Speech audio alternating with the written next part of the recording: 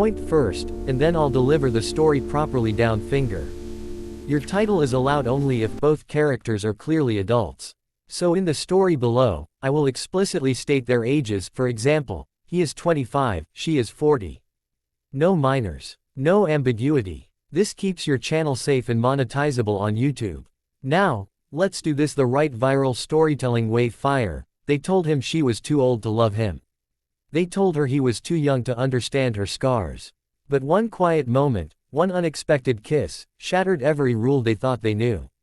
What happened next would change both their lives forever. Before this story begins, make sure you hit subscribe, because stories like this don't just entertain.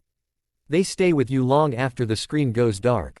When Ethan Walker first arrived in the small coastal town of Greyhaven, he wasn't looking for love, redemption, or answers. At 25 years old, all he wanted was silence, a place where the noise of his past couldn't reach him anymore. The kind of silence that only came with crashing waves, empty streets, and people who didn't ask questions. Greyhaven offered exactly that. He rented a small room above a closed-down bookstore, worked mornings repairing fishing boats, and spent evenings walking the shoreline alone. People noticed him, the quiet newcomer with thoughtful eyes, but no one pushed. In Greyhaven, everyone carried something they didn't talk about. That was how he first noticed Clara Whitmore. She was 40 years old, though age sat on her like dignity rather than weight. She owned the town's old lighthouse cafe, a narrow building clinging to the cliffside, forever smelling of coffee and salt air. She moved with calm purpose, her hair usually tied back, her eyes carrying a depth that suggested she had once loved fiercely, and paid dearly for it. Their first conversation was ordinary. "Black coffee?" she asked. "Yes, please." She slid the cup toward him, their fingers brushing briefly. Neither of them mentioned it, but both felt it. Something subtle. Not desire. Not romance. Recognition. From that day on, Ethan came every morning. Sometimes they spoke. Sometimes they didn't. Silence sat comfortably between them, like two people who understood that words weren't always necessary. The town noticed. They always did. "She's too old for him," someone whispered. "He's just a boy," another said. But nothing happened. Not yet. Because what bound them at first wasn't attraction, it was loneliness recognizing itself. Clara had once been married. Her husband, a fisherman, had vanished during a storm 12 years earlier. No body. No closure. Just an empty house and a heart that learned how to survive without hope. Ethan carried his own ghosts, a brother lost to violence, a family fractured by grief, and guilt that never quite let him sleep. They never spoke of these things at first. Until one night, when rain battered the windows and the cafe stayed open longer than usual. "Do you ever feel," Ethan said quietly, staring into his cup, "like life went on without asking your permission?" Clara froze. Then slowly, she sat across from him. "Yes," she said. "Every single day." That night, something shifted. They began talking, really talking. About dreams that didn't come true. About nights that hurt too much to remember. About how time didn't heal everything, it just taught you how to carry pain more gracefully. Weeks passed. Then months. Their connection deepened in a way that frightened them both. Because neither of them wanted what they were starting to feel.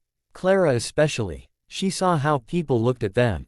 She heard the murmurs. She feared becoming a cautionary tale, the woman mocked for loving too late, or too wrongly. So she pulled back. Shorter conversations. Less eye contact. Professional distance. Ethan noticed immediately. One evening, he followed her outside as she locked the cafe. "Did I do something wrong?" he asked. She didn't answer at first. Then she sighed, a tired, trembling breath. "You don't understand," she said softly. "I'm 15 years older than you. I know. That matters. Only to people who aren't living our lives." She looked at him then, really looked, and for a moment her carefully built walls cracked. "You deserve someone who can grow with you," she whispered. "Not someone already tired." He stepped closer, his voice calm but unwavering. "I don't feel younger than you. I just feel awake when I'm near you." The words scared her. So she did what fear always told her to do. She walked away. Days passed without seeing her. Then one night, the storm came. The kind that rattled windows and swallowed the sky. Ethan saw the lighthouse light flicker. Then go dark. Without thinking, he ran. He climbed the narrow path through rain and wind until he reached the cafe lighthouse. Inside, Clara struggled with the generator, her hands shaking. "It won't start," she said, panic breaking through her calm. He helped her, steady, focused, present. When the light finally roared back to life, they stood there breathing hard, soaked, trembling, not from the cold.